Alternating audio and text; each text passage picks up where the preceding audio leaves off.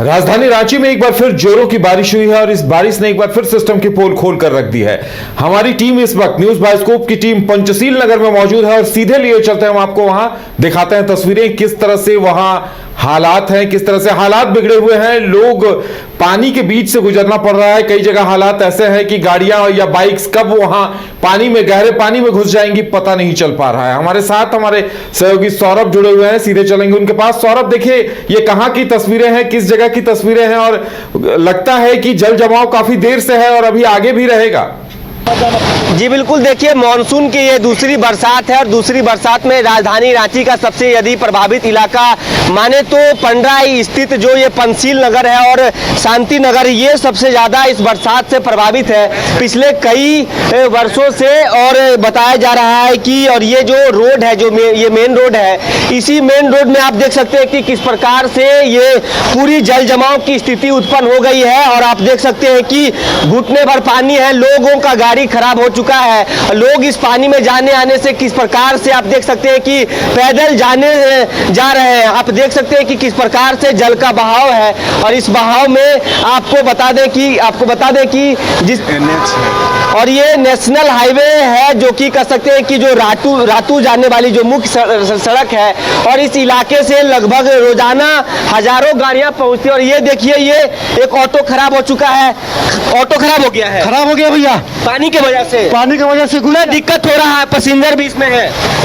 गाड़ी में पूरा पानी भर गया बहुत। तो देखिए ये एक ऑटो है जिसमें कम से कम जो यात्री है वो सवार है और ये ऑटो चालक जो है वो अब इसे खींच के आगे बढ़ा रहे हैं। तो आप समझ सकते हैं कि किस प्रकार की स्थिति पंडरा इलाके के, जो कह सकते हैं कि ये NH है और ये रातू जाने वाली मुख्य सड़क है। इस सड़क पर जो आप देख सकते हैं कि यहाँ की जो तस्वीर है, किस प्रकार से लोग पैदल चल रहे हैं, इसके साथ ही ज्यादातर गाड़ियां खराब हो गई है। और आगे की जो तस्वीर दिखाएंगे कि आप किस प्रकार से अपने सहयोगी गौरव से कहेंगे कि आप विजुअल्स के माध्यम से नीचे दिखाएं कि सड़कों पर किस प्रकार से ये पानी जमी हुई है। और ये आज की तस्वीर नहीं है, ये लगभग कई वर्षों से इस इलाके का यही हाल होता है, लेकिन इसके बावजूद भी प्रशासन कहीं ना कहीं सूद नहीं ले रही है। आपको बता दें कि देखिए किस प्रकार से गाड़ियां आपको यहाँ फंसती हुई दिख रही होंगी।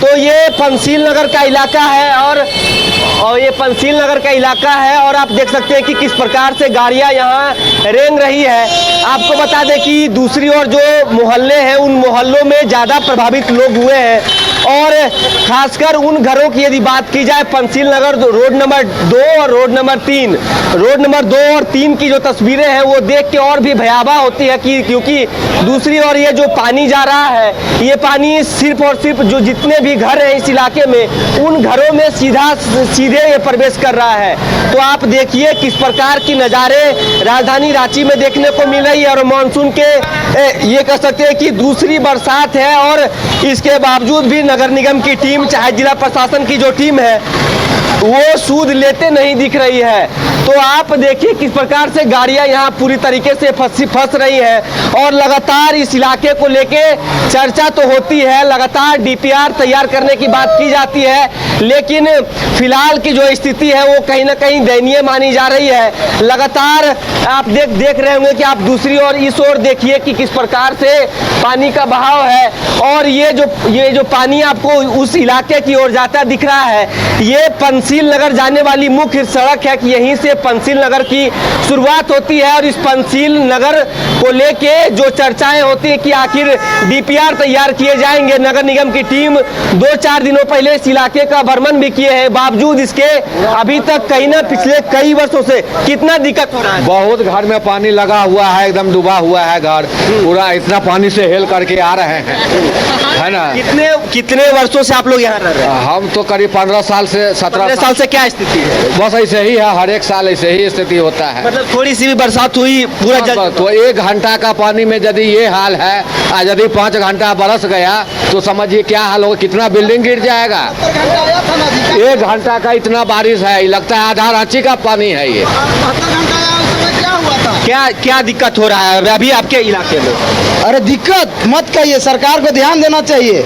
सरकार इस तरह करके रख दिया है ना, ये सरकार विफल सरकार है। इसको ध्यान देना चाहिए कि जनता कितना कष्ट में है। बहुत ज्यादा सबका घर में इतना पानी भरा हुआ है। अब बताइए कैसे रहेगा, छोटे छोटे बच्चे हैं, कैसे रहेगा बताइए। बहुत दिक्कत है। सरकार को तो चुल्लू भर पानी में डूब के मर जाना चाहिए।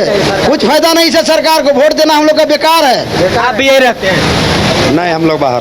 तो देखिए, ये पंचशील नगर जाने की यही यहाँ से पंचशील नगर की शुरुआत होती है और ये जो पानी, ये जो पूरा जल इस इलाके में जो जा रहा है, ये सिर्फ और सिर्फ इस इलाके के जो लोग हैं उन्हीं के घरों में प्रवेश कर रहा है। और इसको लेकर जो निदान निकालने की तो बात कई वर्षों से चल रही है, लेकिन मात्र 1 घंटे के बारिश के बाद कहीं ना कहीं फिर उसी प्रकार की स्थिति राजधानी रांची के सबसे कह सकते हैं कि वो सबसे ज्यादा प्रभावित इलाका यही है। पंचशील नगर की बात कर ले, शांति नगर की बात कर ले, तो आप देख सकते हैं कि किस प्रकार से गाड़ियां यहाँ आपको इस पानी में रेंगती हुई दिख रही होंगी। बावजूद इसके कुछ दिनों पहले जब पहली बरसात हुई थी तो नगर निगम की टीम, रांची एसडीएम, इसके साथ ही तमाम जो यहाँ इस इलाके के जो हेयल के सीओ है वो भी पहुंचे कि आखिर इसका समाधान क्या निकाला जाए। लेकिन समाधान तो वही है कि लोग बेबस है अपने घरों में कैद होने के लिए। आप देख सकते हैं कि आज का ये जो पानी है इसके बाद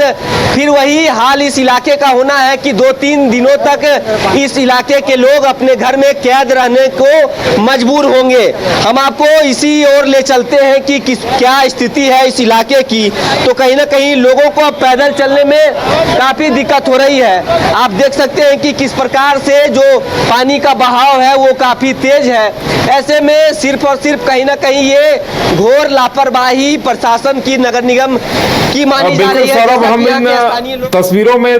इन तस्वीरों में देख पा रहे हैं कि एनएच का पानी, राष्ट्रीय राजमार्ग का पानी पंचशील नगर में प्रवेश कर रहा है। देखिए, और आप जहां खड़े हैं लग रहा है कि वो कोई रास्ता नहीं, कोई नहर है और पूरा पानी वहां प्रवेश कर रहा है। तो हम तो समझ सकते हैं कि अंदर पंचशील नगर में तो लोगों का जीना मुश्किल हो गया होगा।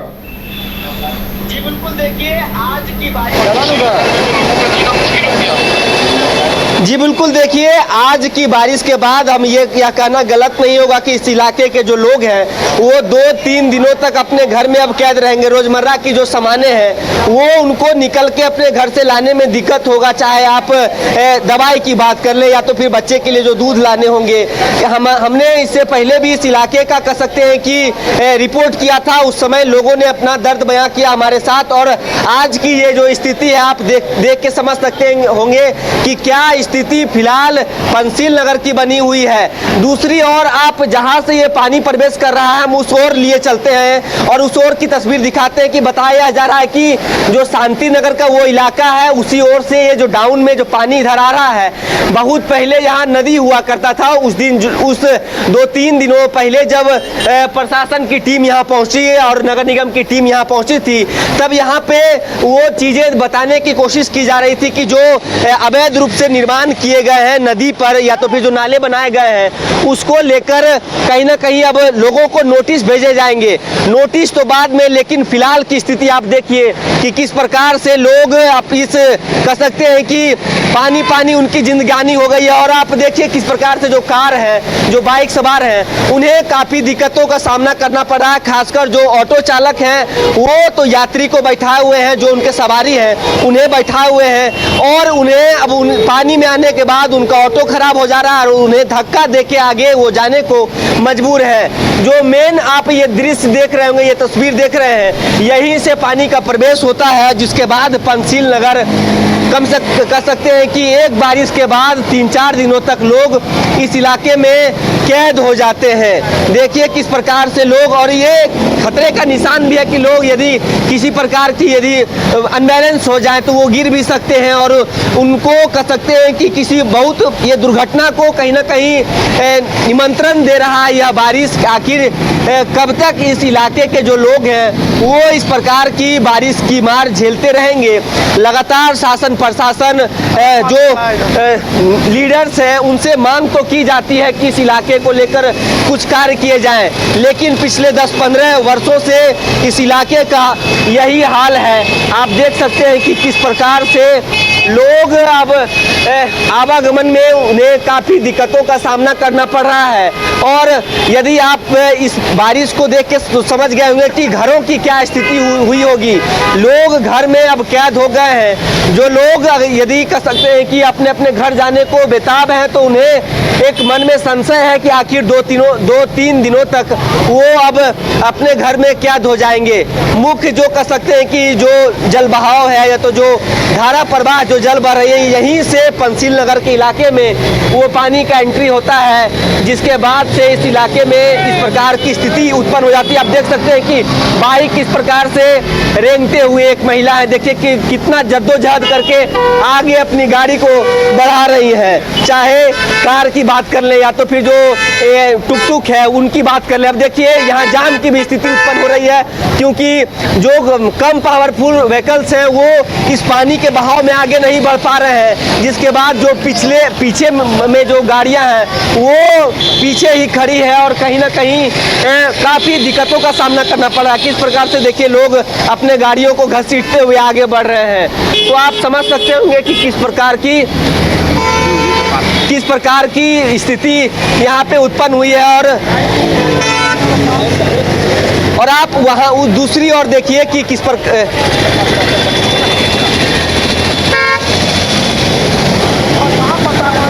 बिल्कुल, तो ये तस्वीरें हम जो देख पा रहे हैं पंचशील नगर, किस तरह से पानी धड़ल्ले से घुसा जा रहा है, मानो वो कोई नहर है या कोई नदी है। और इस तरह से ये पूरा पानी पूरे मोहल्ले के घरों में घुस रहा है। अब आप सोच सकते हैं कि लोगों का 3-4 दिनों तक आना जाना मुश्किल हो जाएगा। ऐसे ही लगातार जो 2 दिनों की बारिश हुई थी, उस बारिश के बाद हालात बुरे थे और अब वहां हालात और बुरे होते नजर आ रहे हैं। कहाँ है आप कहाँ जा रहे हैं सर? बिजूपाड़ा है।